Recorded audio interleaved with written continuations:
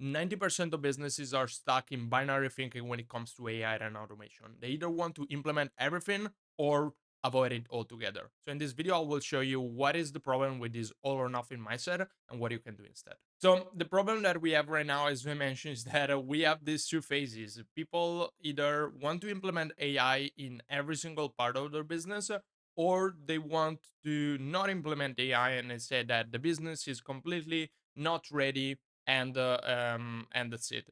The problem with that is both of these lead to failure, and I want to show you what is the reason for that. There are four key problems when it comes to binary thinking. The first one is AI paralysis, and the main problem over here is that you, especially if you want to implement AI throughout every single part of your business, you spend months in research mode, actually thinking about what could be the best tool, what could be the best solution, how we can automate 100% of our business, and things like that. So this actually blocks you and prevents you from going forward because the actual research part is way longer than the actual implementation part.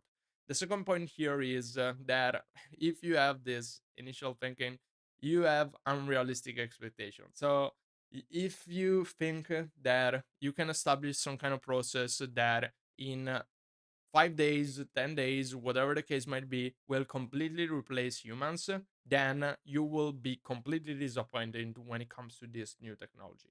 I would say that 99% of the implementation that we created within our business are not perfect from day one. And that is good. That is intended because these tools and these technologies needs a feedback loop that needs to be iterated upon. This concept of unrealistic expectation is really important for the leadership teams to understand, because if someone wants to have AI automation projects completely finalized in a very short time, this really leads immediately to failure and leads immediately to not delivering the actual value that a project could actually deliver. The third point over here is resistant to change. So if you obviously if you obviously go into the office one day and say to everyone, hey, we need to replace the old business with AI, obviously the human people, the human worker will be somewhat concerned about that, and that is totally normal. And so this kind of concern will manifest in different forms of fears and resistance by different parts of your team. This can either be some passive resistance, so like dismissing conversations or not doing not actually following through with the different providers or different people like that, or even active resistance. So having developers not actually implementing something or like mentioning there are faults in the system so that this leads to failure, this cannot be trusted, and this cannot be implemented. So yeah, this is a really key point that a lot of people don't actually consider with that. And the last point over here is missed optimization opportunities. If you think about AI as being completely implemented and completely replacing human right from the start, you miss the nuisance between human and AI approaches that you can have. And that is the thing that actually created the best implementation opportunities right now. Because the biggest advantage of the technology right now is creating some parts that can be implemented with AI with human oversight in different parts of the process that you can choose from. So those are the four key areas. But how can we actually solve this actual problem? I created this term that is called the AI implementation continuum. So instead of viewing AI and instead of viewing this implementation as either a black or white, you can view it as a spectrum of different implementation levels that you can choose within your business.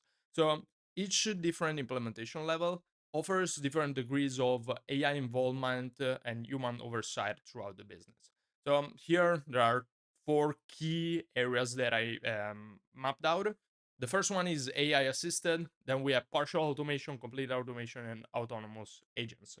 So we will see each of them in a second with a couple of examples. But the key thing over here is that instead of thinking about whether a process can be implemented or not, the thing that you would have to think about is how much of this process can be delegated to AI. And I guess another important question over here is how much would I feel comfortable giving out this process to AI? The reason for that is that it's really important for you to understand where do you want AI implemented to your business and where do you want each process to sit in this implementation continuum. So let me show you a couple of examples related to this continuum over here for one each of the different steps over here. So the first one is AI assisted. And what I will do over here is I will use content creation as an example.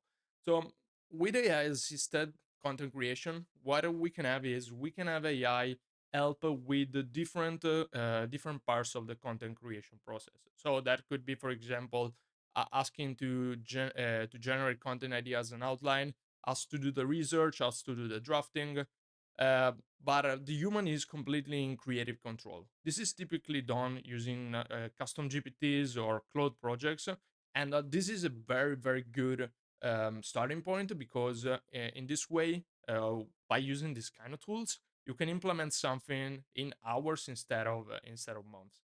So the only thing that you actually need to have within this phase is you need to have examples of what you're looking for. You need to have some context data about what are you trying to do and about your business, and you actually need a design prompt with clear instruction of what you're looking for. So an example of, on my business over here is that we use AI assisted to create newsletters, and that is responsible for a lot of the different 60 to 70% of the creation of the newsletter. Obviously, we have full control over the creative process, but this allows us to have a lot of flexibility when it comes to what we want to talk about and different ways we want to create the content around.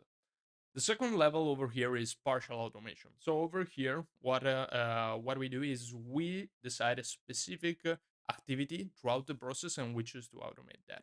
So this is an example of automating idea generation. So what we have over here is we have a system where every time we finish a call, we get the transcript of that call, we generate the content idea, and then we send those ideas directly to Slack. So in Slack, what we have at the end is we have a content idea based on what we talk about, an overview of that idea, and then like why this idea could be important for the business. And then here you can send that directly to the content workflow. So in this actual implementation, what we do is we choose a specific process and we choose to automate that part of the process. So in that way, you still have control over what is the kind of post that you are creating, what is the kind of content that you are creating if you really wanted to.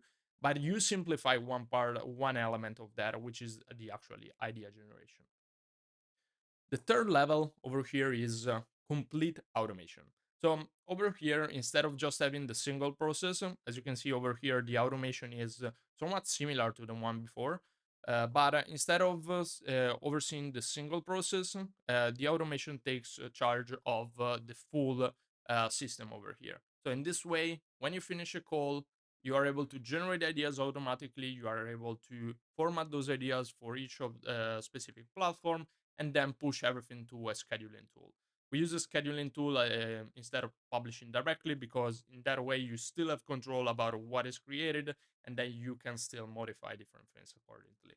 The problem with starting with complete automation like the following is that you will need to do a lot of testing on the prompting side of things in order to make sure that the content has a certain standard. If you are not interested with the standard and you just want to say, I want to post that, then there's no problem. You can create something like that and you can start posting automatically. But the quality of your brand is going to degrade because you choose to do complete automation instead of doing a phased approach. The last element that we have over here is the autonomous AI agent. To be honest, this is something that is probably implemented by 1% of companies. And this is where AI handles a combination of different processes but generally AI handles every part of that and as an autonomous component of that. So it's capable of doing decision on its own and act accordingly. So a couple of different areas over here could be the content strategy side of things. So that means like crafting the ideas, understanding whether the ideas are related to specific ICPs, specific content pillars, researching the different ideas, writing the ideas for different formatting, scheduling the ideas, and then finally analyzing everything over here. So this could be an example of the different kind of agents that you integrate in a content creation system or content creation agents, and the different kind of functionality that each of them has.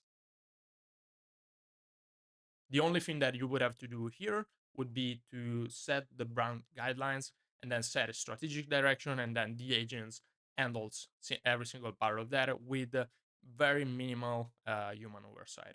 With that said, I think it's really important to get an understanding of how you can apply this concept to your own business.